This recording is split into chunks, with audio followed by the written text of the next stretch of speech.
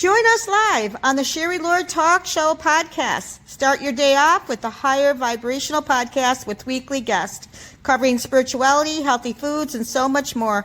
Go to sherrylord.com for more info. Welcome, everybody. Thank you for joining us every Tuesday on the Sherry Lord Show podcast. And we just want to let you know, if you want to be a guest on my show, go to www.sherrylord.com and email me, sherrylordpodcast@gmail.com, why you'd like to be on our show and what you do and what you offer. And we'd love to have you. And if you also want to sponsor or place an ad, go to www.sherrylord.com. All the information is there. We'd love to promote you. We'd love to get you out there. And if you like, you can also be a guest on our show. And we are so excited. We have Melissa Marcum, and she's been a regular on our show since I've started. And we just love having her on our show. She's amazing.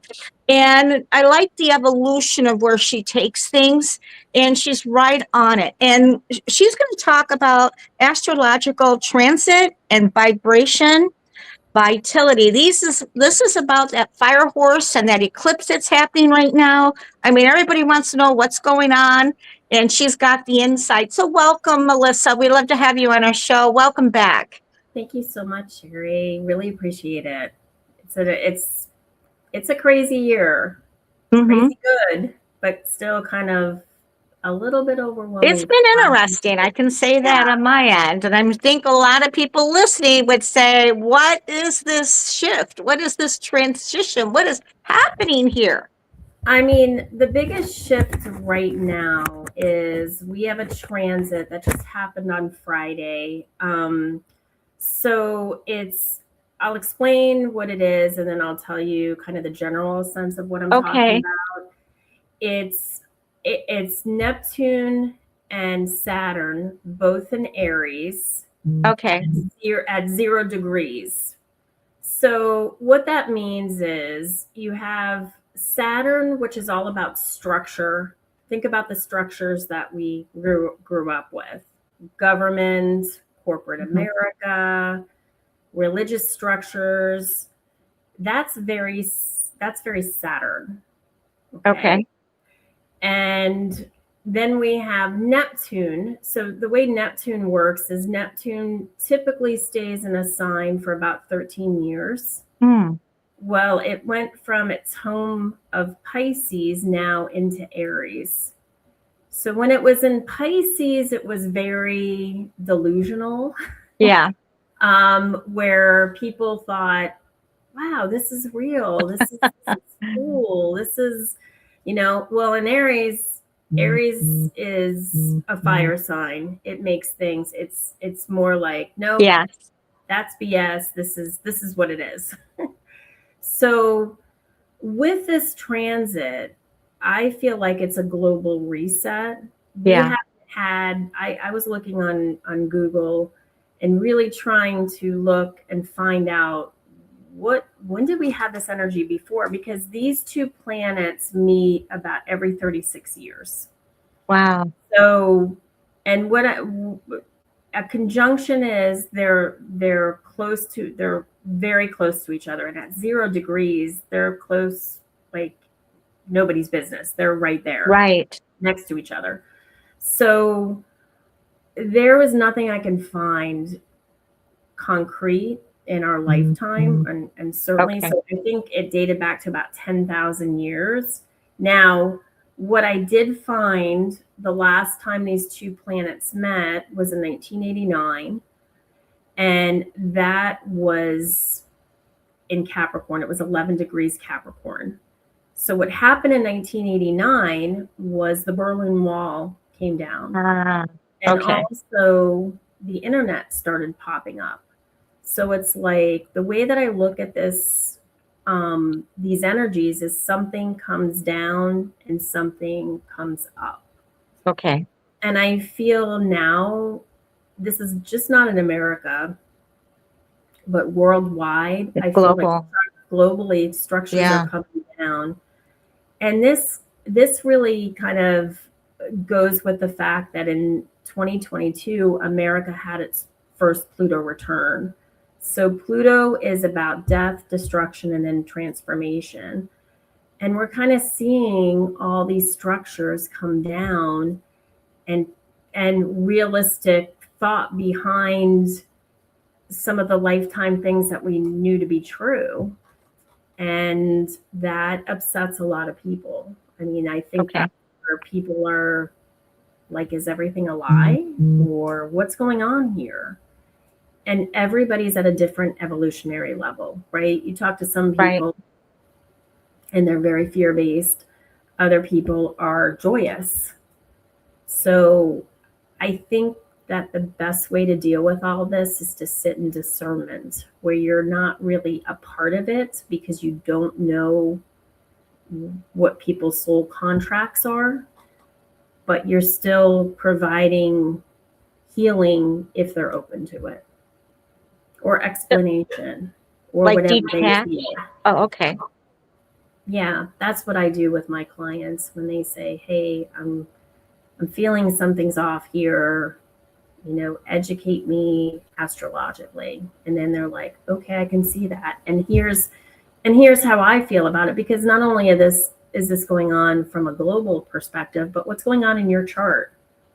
Where is Aries and Neptune in your chart? If Aries is on the ascendant, then you're feeling it like nobody's business. You're like, man, I need to reinvent myself. This is wow. intense for me. Whereas Saturn, if Saturn's in Aries, typically you're going through your Saturn return, which happens every 29 years. So your first Saturn return is you're finding structure. Either you get married, you have a new career, you're doing something like that. Second Saturn return is, I'm going through mine. It's a restructure of your previous structure. So all of these things are happening, and it's really, I think, up to, I always tell my clients, I'm just confirming what you already know about yourself. You're feeling it. You're just looking for structure into how all this works. So, yeah, it's intense. This is intense for me. It's been wonderful. It's been clarity. It's illuminating truth. Things that wasn't so clear becomes more clear. I feel an excitement around the energy, but I really didn't understand what they meant by this eclipse that's happening and what the fire horse all meant, and you're helping us understand that. So it's everybody's having their own experiences with it. You're right. Everybody's a little bit different where, we are on our own path respectfully.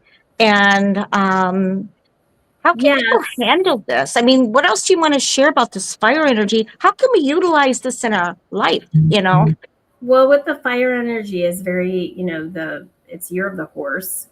Right. So it's a different type of astrology. It's Chinese astrology. It's very fast, it's very fiery, which is definitely an Aries quality. And the horse moves fast, but the horse is stubborn. The horse can be stubborn. So it's really, again, how to relate it to yourself. What do you want to start? What do you want to release? Okay. What is something that is, what are you hanging on to that you're not ready to release? Because this is everything in astrology, tarot, any of the kind of energy work people do. Right. It's really about flowing with it and being self-actualized and looking at yourself very deeply. Right. And most of us look at ourselves very one-dimensionally, where we don't want to face some truths because we've been taught to deflect pain. Pain is a bad thing. It shouldn't exist. And I would say that that's crazy, because I think it's the pain, going through the pain is where you are raw. Right. And you could either go back on the perpetual cogwheel or really step into full change. And Yeah, there's a so lot of opportunities there for each individual. Rhonda, we have somebody here called Rhonda. She said, can you read what she had wrote? Can you see it on your end? I can't see that on my end. No. Okay, she just said, I just ran this through ChatGPT a few days ago, and with my natal birth chart, I find it fascinating. I'm trying to read everything here, but there's something in the way that on my end. I just keep coming up to, I want to understand more. Can Yeah. you tell me something personally? So what do you need from Rhonda so you can give her a little bit of what's happening in her life right now? I mean, she can always reach out to me for a personal reading. I do natal readings. I do a combination of natal, Okay. and the solar return. As far as, I mean, I could get back with her and look through her chart and kind of Right. give her some tidbits or some information. If Yeah. if she wants that, I can DM her some things and just kind of give Okay. her a little bit of, because people like to know too. Little highlights. Maybe Yeah. she's She's not being ready for, guided too. right. I mean, she might not be ready for a full reading, but just to kind Yeah. of give her some things, Some highlights. some highlights, a little bit of highlights. I have no problem doing that as well. Well, so what else do you want us to know about this fire horse? How's the best way to handle it? I know is there any tips? Is there anything anything else? Yeah. I feel like you have to do what you feel. You have to listen to your body. Yeah. Everything is, I feel like intuitively, everything is inside of us, listening Right. to our higher self. Where we get caught up is with the ego. Right. And when we discuss things, I mean, it's great to have conversations with people, but their experiences are not always your experiences. Okay. We each come in here with a specific soul contract. And I always tell, I have a 24 and a almost 27-year-old, and I'm like, what do you feel? Intuitively, what do you feel? Because we have to step into our power and Right. listen to our higher self. If we don't, we're just going to be on that perpetual cogwheel. Right. And there's areas in the chart that show that. We come in with one energy, and the whole key is to get to the opposite energy, to overcome the wounds, to understand, again, self-actualization, to really understand who we are and what we came here to do. And once you're right. Yeah. Once we understand that, I'm not saying the journey is easy, but at least we have the blueprint. Mm-hmm. And we make the necessary changes. And it's inevitable. I feel like we're going to learn until we pass on this planet. This is, I always make a joke to my clients. I'm like, if you can make, Earth is like, if you can make it here, you can make it anywhere, because we're given no information. We come in, we have to figure all these things out. We have issues maybe automatically with family, with relationships, with jobs, with all of that we need to work out. There's always some area to work out. So how do we do it? And I know for me, astrology has been a godsend sent to me, for me. Right. Because I look at the chart in a realistic way of how to solve problems. Right. Because I understand my soul and what it came here to work on. So. Yeah, I do think you're right. And then we talked about this before we came on the show. It's really important you trust your own gut, your own intuition, and your higher knowing, and I think your higher self and your own inner voice. And the more you trust there, everything is a lot easier. It really is, It Not is. saying And that we don't have experiences, but it's easier. it's also, a lot of people say to me, and I'm sure to other readers too, wow, you have a gift. I want to say that you have to work this. This is not something I would say most people, spiritual people, they work very hard. It's not something that, I mean, I'm sure, I can't say everybody. I'm sure that there's people who have very unique gifts from an early age. But mine is, I'm in the chart all the time. You know, I'm talking to my higher self all the time. This is energy that you're working on a regular basis. So it's like anything else. It's like working a job. If you put the necessary work into it, understand the goals, you know, understand what you have to change, typically you're successful. It's the same thing with, you know, being a spiritual teacher. Right. Understanding and then being able to hold that space for somebody else at the time that they need to, but also let that go because it's their journey. Yes. Their journey. And they're going to do what they're going to do at the time that they need to. So is there anything else you want us to understand about the transit that we're in right now? I would say the biggest thing with this reset is to, again, I feel like and it's going to depend on where, you know, where this is on your chart. But again, it's really doing what you feel. Make the necessary changes of where you feel. Yeah. Because I feel intuitively, we all know that. If there's, you know, if you want to pursue a whole new career, then do it. Make the steps to do it. If you're not happy in your relationship and you know it's not something that's going to last for long, get out of it. Right. But do the necessary steps that you can. In other words, take the blinders off and be real. Be real with yourself. You know, very good advice. Yeah. See what's there. And I feel with Saturn and Neptune both being in Aries, there's no delusions anymore. Right. This is about you and the changes that you need to make right now. You can't put it off till tomorrow. You can't put it off until next year. It's now. The energy of this I'm feeling is now. There's no hold. You're not in a hold. You just have to choose now and take those steps. Totally. I would say this though. I know tomorrow we're going into Mercury retrograde. Oh yeah.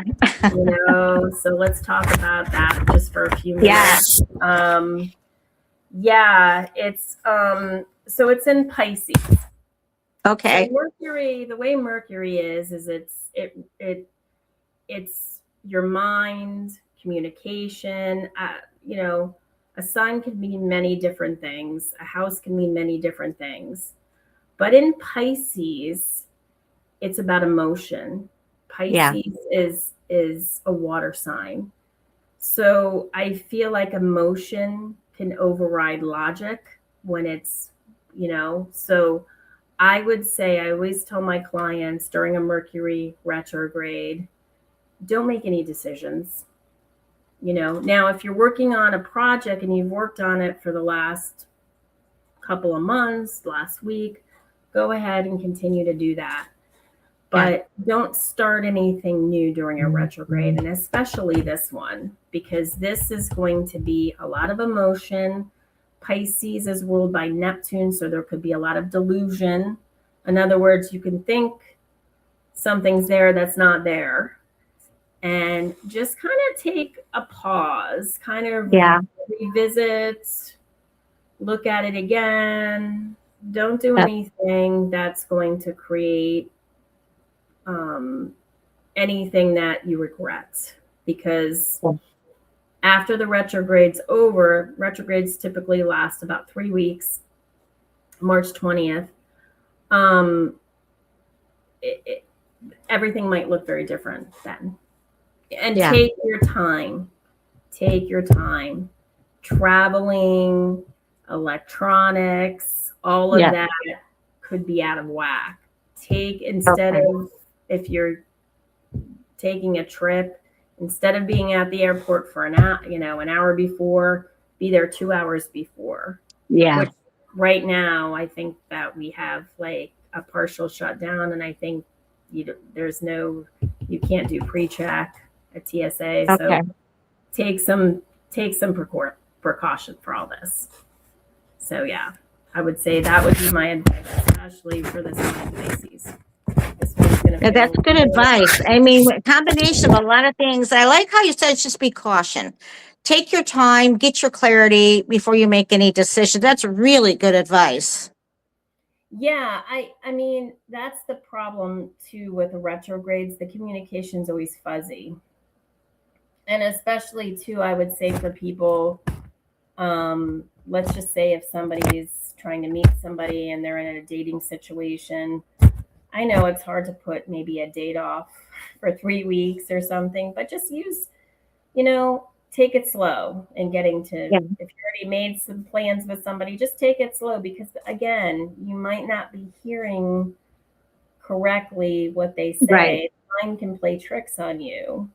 And this is Mm-hmm. Neptune's like that. Neptune's a lot of delusion. I mean, look at like I said, Neptune was in Pisces for the last 14 years. 13, 14 years. So there's a lot of delusion. And now it being in Aries, it's a very different type of energy. Coming with clarity and truth, illuminating that. Yeah. Well, it's looking, I mean, it's looking at things and that's what Saturn makes things realistic.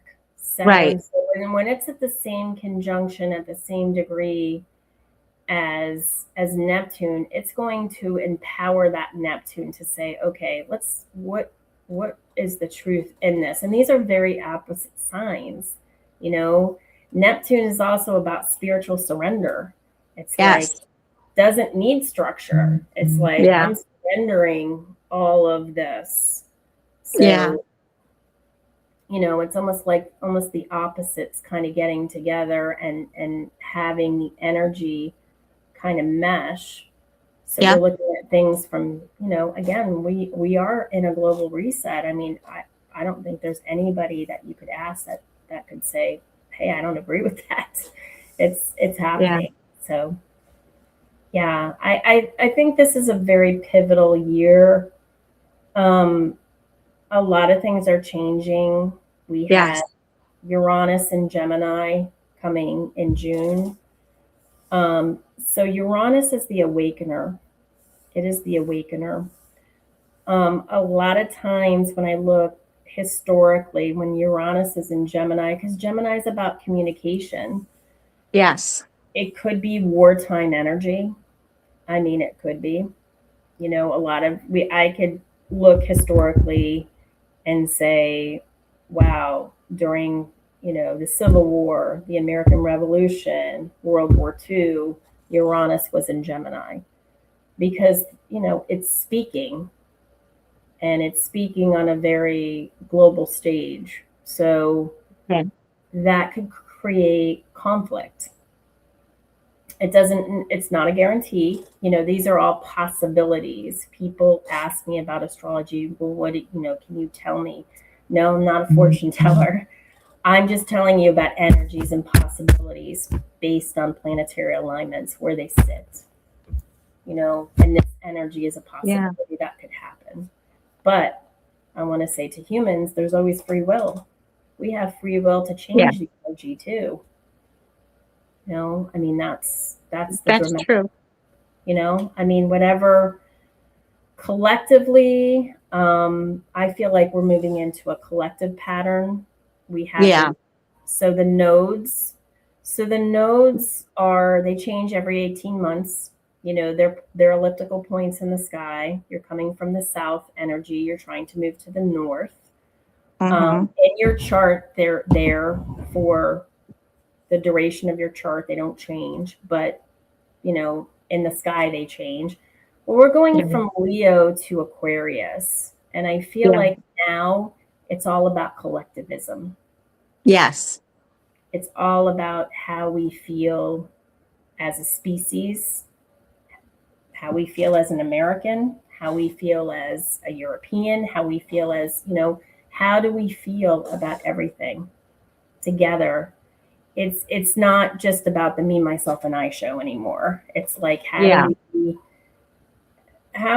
do we put this planet in positive activism, which sounds like kind of like an oxymoron, positive activism, but I think we can. I think it's not necessarily about war and division, but how do we collectively work together and meditate together and, energetically put ourselves in a positive experience rather than all this negativity.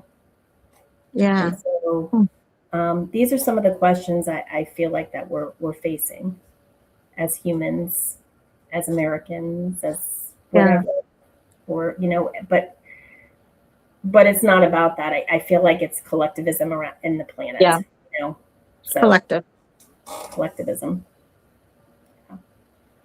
And I just wanted to say, I started a program that it's very near and dear to me, and I'm still in the process of launching, and called Vibrational Vitality. And it's really about healing, because I feel that you want to do the work if you're healthy.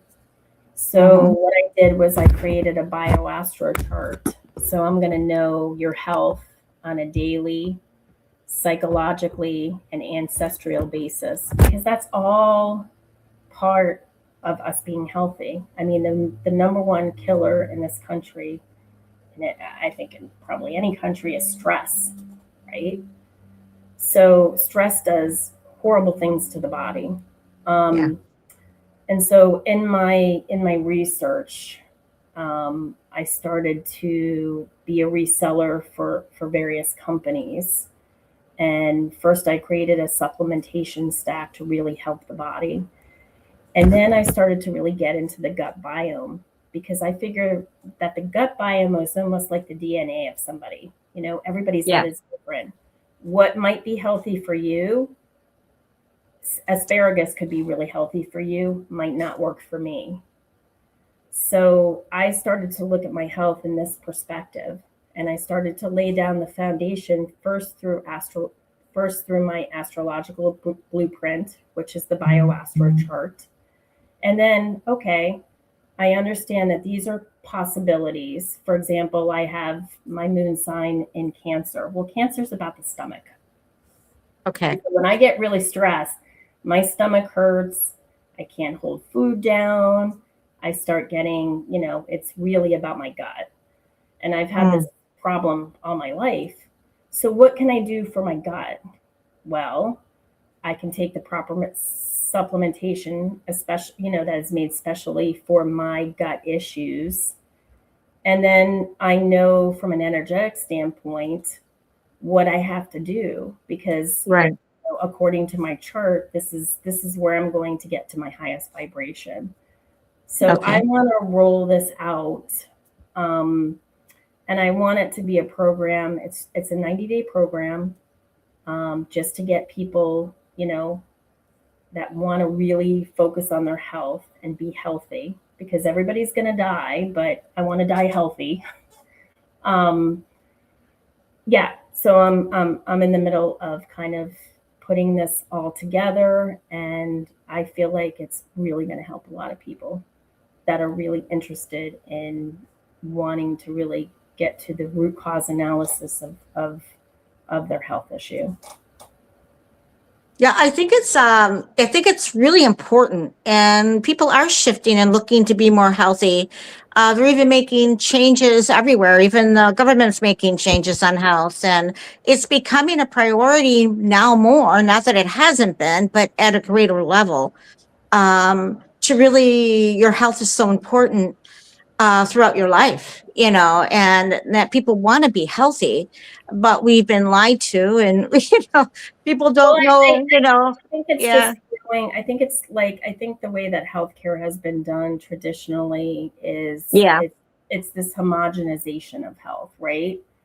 Everybody's going to feel this way or that way. So let's just chase the symptoms.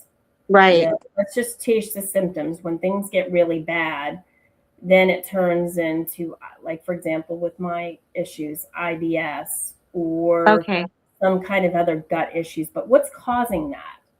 Right. To get to the cause. Get to the root cause and analysis of it. Like, where did that come from? Was this something ancestral?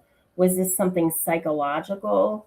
Or was this something daily that I'm daily doing? Or is it all three? How does this all work? So because all facets of that are the reason why people are sick.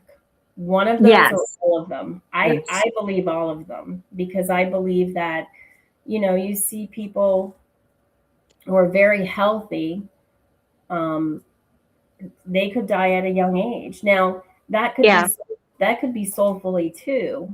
That they're here for a certain amount of time to accomplish this.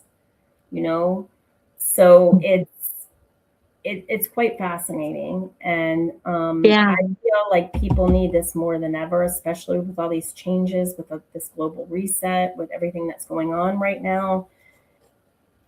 You want to be the healthiest that you could be. You want to be at the highest vibration that you could be, because there's so much energies coming at you that are so negative.